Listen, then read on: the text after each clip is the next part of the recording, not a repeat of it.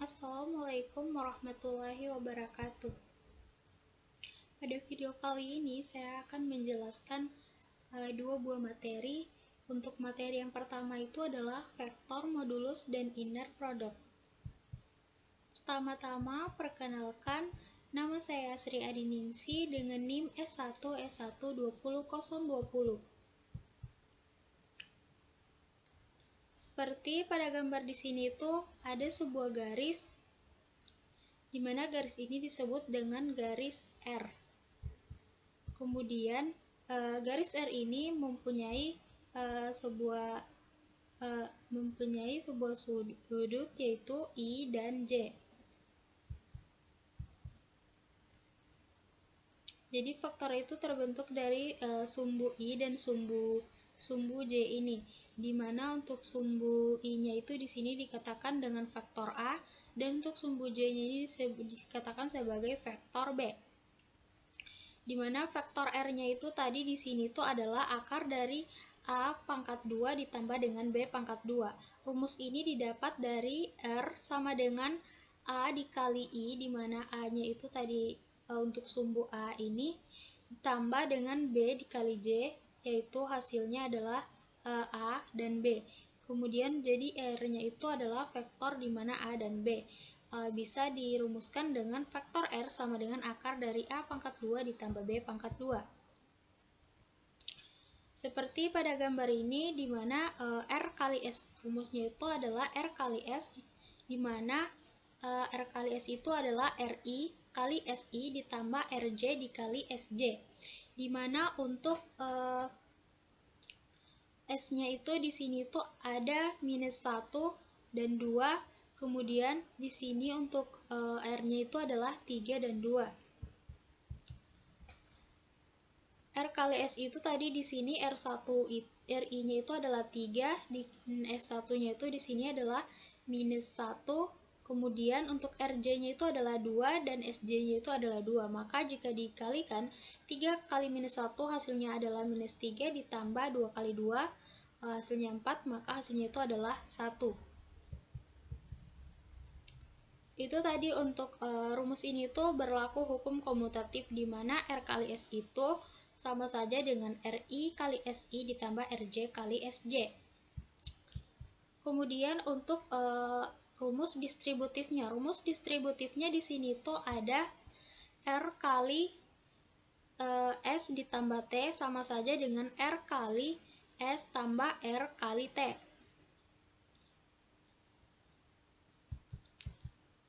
Dimana di sini tuh untuk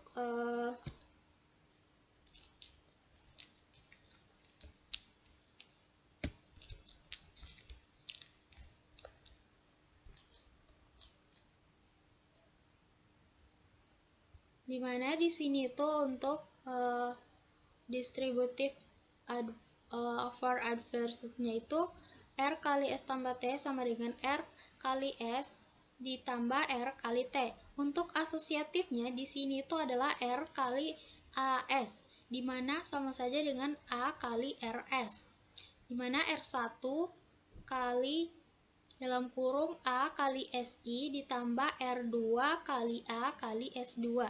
Hasilnya sama dengan A kali R1 kali S1 ditambah R2 kali S2. Hasil sama dengan A sama dengan R kali S.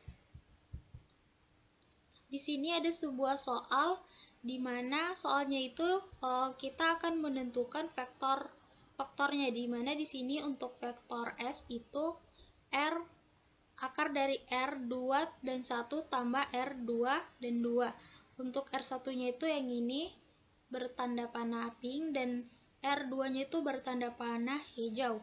Di sini dikatakan di soalnya itu untuk mencari vektor S ini di sini adalah 1, 3, 4, dan 2. Langsung saja. Vektor S-nya itu tadi ada 1, 3, 4, dan 2, maka menjawabnya itu vektor S sama dengan akar dari kita misalkan untuk nilai-nilainya itu adalah A, B, C, dan D.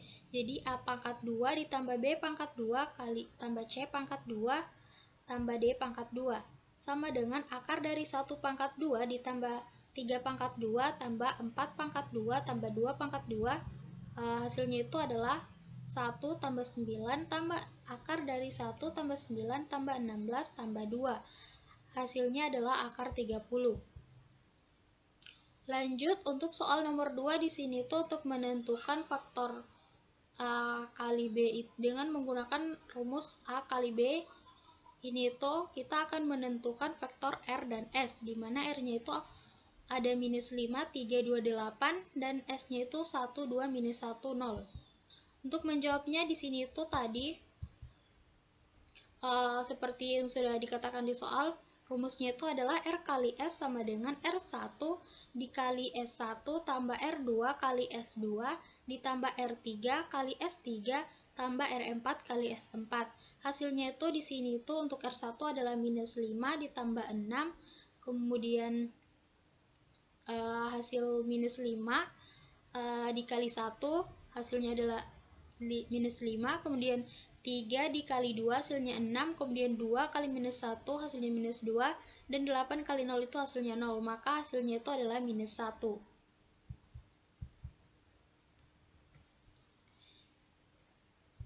Oke, kita lanjut untuk materi yang kedua.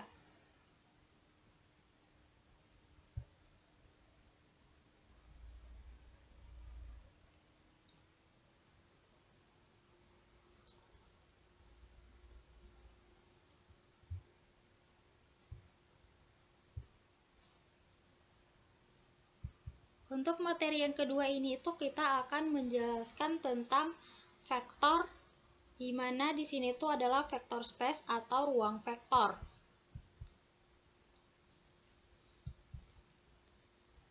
Sebenarnya ruang vektor di sini tuh kita akan mengetahui bagaimana kita menentukan sebuah dokumen pada Google itu menjadi tampil pada pertama begitu.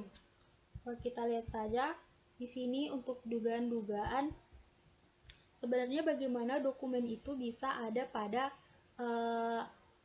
dokumen pertama, menjadi dokumen pertama saat kita melakukan pencarian di sebuah situs atau web, atau biasa juga di Google begitu. Di sini tuh untuk dugaan-dugaannya mungkin saja web atau dokumen itu paling sering dikunjungi atau tinggi rating. Kemudian untuk dugaan kedua itu yang pertama diupload atau dipublikasikan. Ini untuk dugaan-dugaannya. Kemudian yang ketiga itu mungkin materi yang mendekati atau mirip dari materi yang dicari. Dan untuk dugaan yang keempatnya itu banyak dibahas atau paling sesuai begitu. Baik. Kita lihat saja untuk kasusnya itu di sini diketahui terdapat N buah dokumen yang terdiri dari M buah kata, website atau dokumen yang terdapat di server kita. Yang kedua itu dokumen query N buah kata. Yang ditanyakan itu kita akan bagaimana menampilkan 10 buah dokumen yang mirip dengan dokumen query. Kasus ini bisa diselesaikan dengan mencari dokumen yang paling mirip.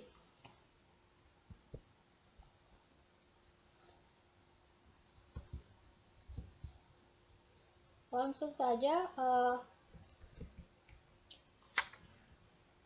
untuk menjawab kasus bagaimana cara menentukan dokumen, menentukan sebuah situs atau dokumen itu menampil menjadi halaman pertama itu, di sini itu kita misalkan untuk mencarinya itu adalah menggunakan aljabar linear, di mana dimisalkan untuk DB Google-nya itu adalah ada dokumen 1, kemudian dokumen 2, dokumen 3, dokumen 4, sampai dengan dokumen yang ke N. Itu untuk memuat aljabar linear. Yang kita cari di sini itu adalah kata aljabar linear begitu. Kemudian untuk menjawabnya itu kita misalkan saja menganggapnya itu sebagai sebuah dokumen aljabar linear. Kemudian key-nya itu sebagai aljabar linear, dan ada dokumen seperti yang tertampung itu mungkin sebanyak 2000 dokumen atau 3000 dokumen. Maka untuk menentukannya itu membandingkan key atau aljabar linear itu dengan memeriksa setiap dokumen yang ada. Misalnya key yang ada di dokumen 1 itu atau query yang ada di dokumen 1 itu ada 108. Kemudian untuk key yang kedua itu di dokumen kedua itu mungkin ada 120. Kemudian untuk yang ketiga mungkin ada dokumen tiganya itu ada 300, dan mungkin yang di dokumen keempat ada 100, dan mungkin yang ke dokumen kelimanya itu ada 8. Maka bisa diketahui maka kita bisa mengambil kesimpulan dari hasil perbandingannya itu bisa diurutkan berdasarkan banyak jumlah keyword yang ada di website. Misalnya tadi untuk keyword yang terbanyak itu adalah pada dokumen yang ketiga, di mana dokumen ketiga itu tadi ada 200 dokumen. Kemudian berturut ada dokumen kedua sebanyak 120, kemudian dokumen pertama ada 108, dan mengikut sampai seterusnya hingga dokumen yang paling kecil, yang terkecil untuk query-nya atau keyword-nya. Kemudian masuk pada vector space. Vector space atau ruang vektor adalah struktur matematika yang dibentuk oleh sekumpulan vektor, yaitu objek yang dapat dijumlahkan dan dikalikan dengan suatu bilangan yang dinamakan dengan skalar. Vektor di sini itu ada dua, di mana vektor yang dua dimensi seperti pada gambar ini, di mana vektor dua dimensi di sini ada F1 dan di sini ada F2. Kemudian ada juga vektor yang tiga dimensi. Di sini itu terdiri atas sumbu X, Y, dan Z, di mana X-nya itu ada panjang, kemudian tinggi, dan di sini itu ada Z luasnya.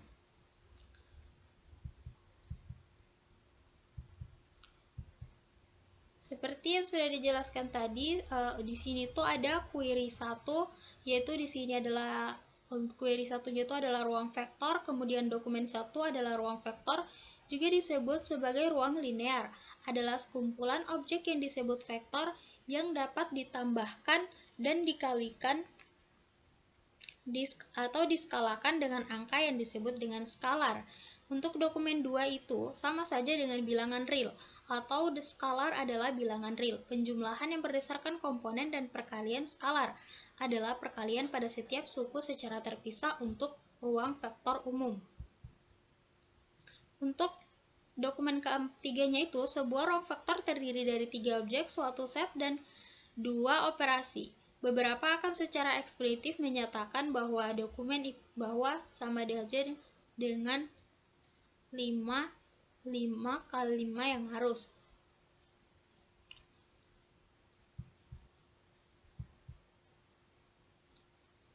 Itulah materi yang saya jelaskan.